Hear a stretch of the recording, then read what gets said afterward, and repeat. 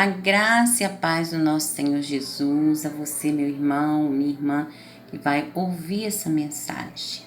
Eu gostaria de refletir com você sobre um ditado popular que diz que cabeça vazia é oficina de Satanás. Creio que todos nós em algum momento ouvimos esse ditado. Nós sabemos que qualquer pessoa que esteja com a cabeça vazia, ela há de ser ocupada com pensamentos, com tristezas, coisas do passado.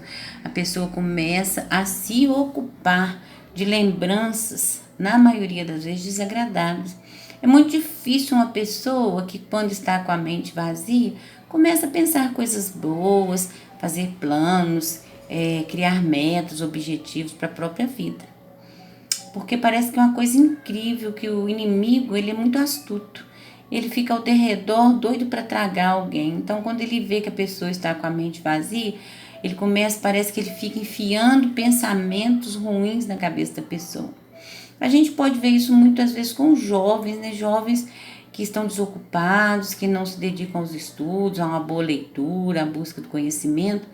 Quando eles estão completamente à toa, eles começam a procurar coisas na internet, criar situações junto com os amigos para saírem e acabam tendo vários problemas.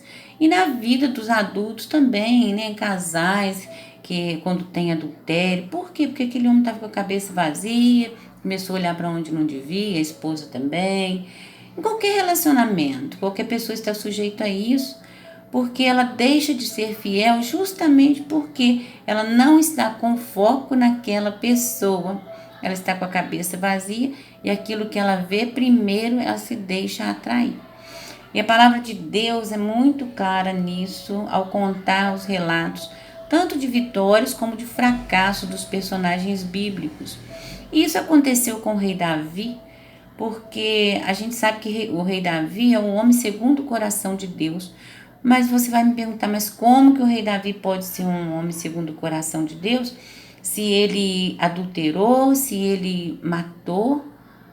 Por que que ele é? Porque ele arrependeu verdadeiramente daquilo que ele fez. Ele pagou um preço muito alto pelo seu erro. Como que aconteceu que o rei Davi entrou numa situação dessa? Ele estava simplesmente à toa. Nós vamos ler aqui para você no 2 Samuel, no capítulo 11. O título deste capítulo diz assim: Davi comete um adultério e um homicídio. E ao iniciar a leitura diz que e aconteceu que, tendo decorrido um ano, no tempo em que os reis saem para a guerra. Então você ouviu isso mesmo, os reis saem para a guerra. Então onde deveria estar o rei Davi? Na frente da guerra, comandando o seu exército, mas não, ele estava em casa.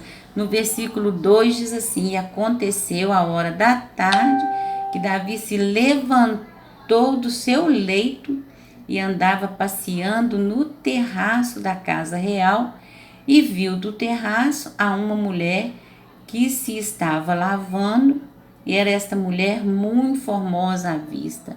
Ou seja, à tarde, ao invés de estar lá na frente do exército, ele estava deitado, tranquilo na sua casa. Quando ele sai do terraço, vê aquela mulher tomando banho e logo se interessou por ela. E enviou Davi e perguntou por aquela mulher, dizendo: porventura não é esta Batseba, filha de Eliã e mulher de Urias, o heteu? E era aquela mulher casada.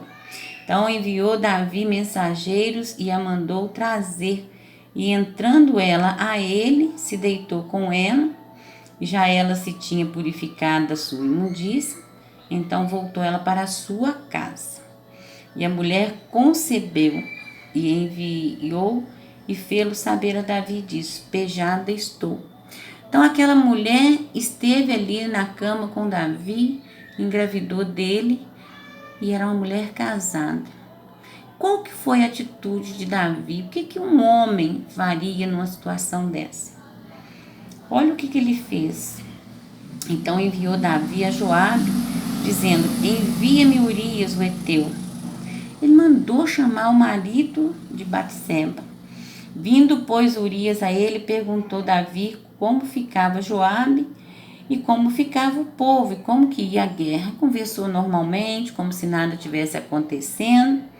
Depois disse Davi a Urias: desce a tua casa e lava os teus pés. E saindo Urias da casa real, logo saiu atrás dele iguaria do rei. Porém Urias se deitou à porta da casa real com todos os seus servos do seu senhor e não desceu à sua casa. Olha a fidelidade de Urias. Ele estava na guerra, então ele não achava justo ele deitar com a esposa dele, mas a trama é justamente que o rei Davi queria que ele estivesse com a esposa para que ele ficasse com ela e dali a esposa pudesse falar que ela engravidou dele, do próprio marido. E o fizeram saber a Davi, dizendo: Urias não desceu à sua casa. Então disse Davi a Urias: não vens tu de uma jornada? Por que não desceste à sua casa? E disse Urias a Davi: a arca de Israel e Judá ficam em tendas, e Joabe, meu senhor, e os servos do meu senhor estão acampados no campo. E hei de eu entrar na minha casa para comer e beber e para me deitar com a minha mulher? Pela tua vida e pela vida da tua alma não farei tal coisa. Olha como Urias era fiel. E ele não foi se deitar com a esposa. Então disse Davi a Urias: fica aqui ainda hoje, e amanhã te despedirei. Urias, pois, ficou em Jerusalém aquele dia e o seguinte. E Davi o convidou, e comeu e bebeu diante dele, o embebedou. E à tarde saiu a deitar-se na sua cama com os servos do seu senhor, porém não desceu à sua casa. Urias, ainda bêbado, embriagado, ele não foi deitar com sua mulher. Ou seja, os planos do rei Davi, que devia ser um exemplo de honestidade, de caráter para todos, ele não foi. Quem foi o exemplo aqui foi Urias, um homem fiel a ele, um homem comprometido, um homem de caráter. E sucedeu que pela manhã Davi escreveu uma carta a Joabe e mandou-lhe por mão de Urias. E nessa carta, meus irmãos, ele mandava, olha só, falava para o comandante: ponde Urias na frente da maior força da peleja e retirai-vos de detrás dele, para que ele seja ferido e morto. Olha que plano diabólico. Davi o chamou para comer com ele, comeram, o embebedou e colocou uma carta em sua mão para entregar ao comandante. O comandante o colocaria à frente da guerra para que ele fosse morto. E você vai falar: poxa, mas isso ficou desse jeito? Não. Davi pagou um preço muito alto por esse erro. A família dele foi totalmente destruída. Eu convido você, irmão, irmã, a ler essa história lá no capítulo 11 de 2 Samuel. E o que leva então Davi a ser um homem segundo o coração de Deus? O que leva, meu irmão, minha irmã, é o verdadeiro arrependimento. Davi, quando tomou consciência de tudo que ele fez, o quanto ele feriu o coração de Deus, ele se arrependeu dentro da sua alma e pediu perdão. E ele sabia que o pecado dele traria consequências, como trouxe na destruição da sua família. Mas ele continuou fiel a Deus. E por que eu estou lhe falando isso, meu irmão, minha irmã? Porque muitas vezes nós estamos com a cabeça vazia. Aí entra a depressão, a angústia, o medo. E nós não ocupamos a nossa mente com coisas produtivas. Quando nós estivermos com a mente vazia, estivermos desocupados, com o tempo livre, a gente tem a sabedoria de fazer as nossas escolhas, de batermos um papo muito legal com alguém que precisa de um socorro espiritual, levar a palavra do Senhor, fazer um trabalho voluntário, fazer um artesanato, buscar conhecimento, fazer um curso online, ler livros, fazer algo que ocupe a sua mente, que desperte em você e estimule você a coisas grandes, coisas boas, coisas produtivas. Porque se você estiver com a sua mente vazia, a oficina é para o Satanás, porque ele vai entrar na sua cabeça, vai começar a colocar pensamentos de mal e não de bem, porque o propósito dele é matar, roubar e destruir. Então você, meu irmão, minha irmã, ocupe o seu tempo da melhor forma possível. Busque todas as alternativas. Hoje nós temos uma tecnologia à nossa disposição.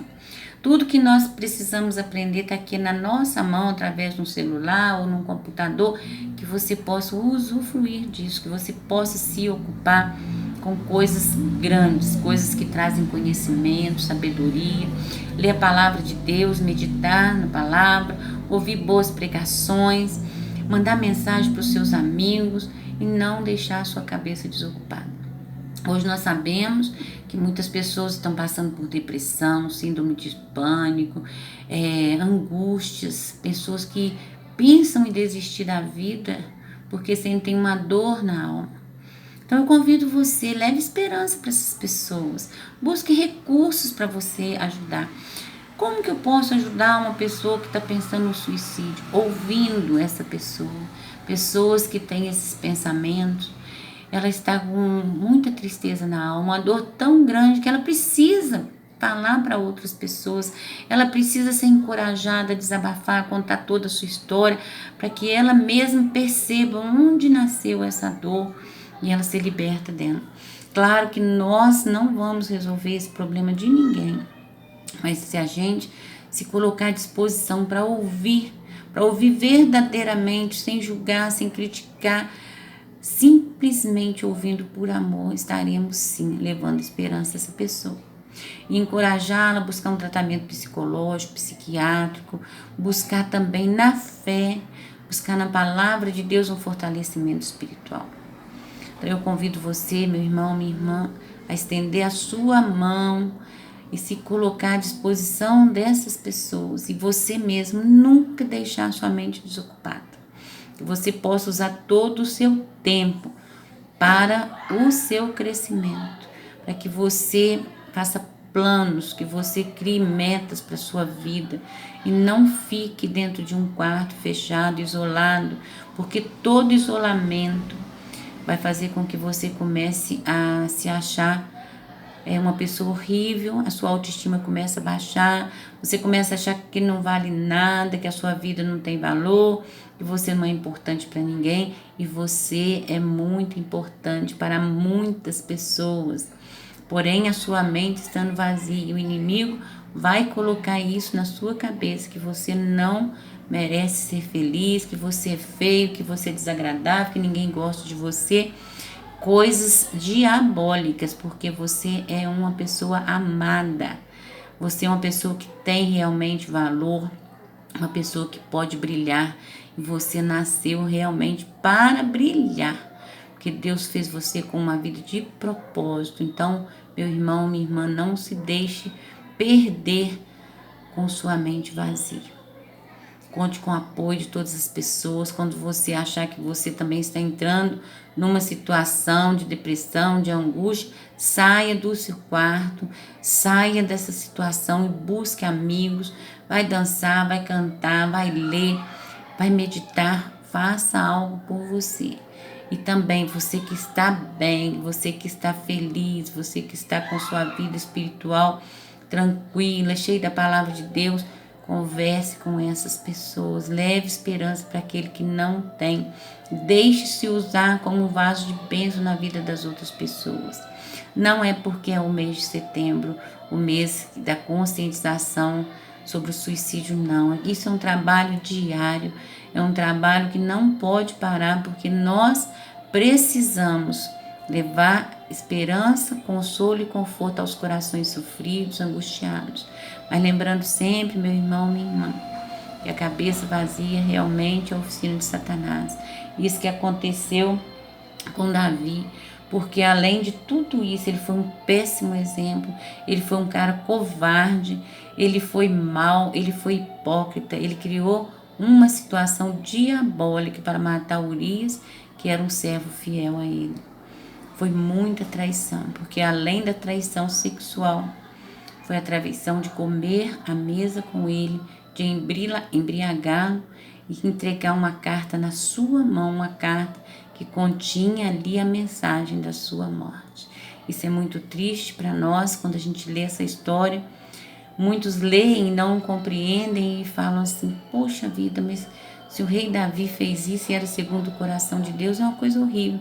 Mas nós precisamos ter essa compreensão de que, além de toda a consequência do pecado, o arrependimento dele foi verdadeiro. Então, meu irmão, minha irmã, reflita sobre essa mensagem, leia esse capítulo lá de 2 Samuel, procure buscar mais informações, ouça algumas pregações sobre isso para você compreender todo o sofrimento do rei Davi pelo erro que ele cometeu. Amém? Que Deus o abençoe, que Deus abençoe, que essa mensagem venha trazer um diferencial na sua vida e ajudá-lo a refletir sobre essa questão em nome de Jesus.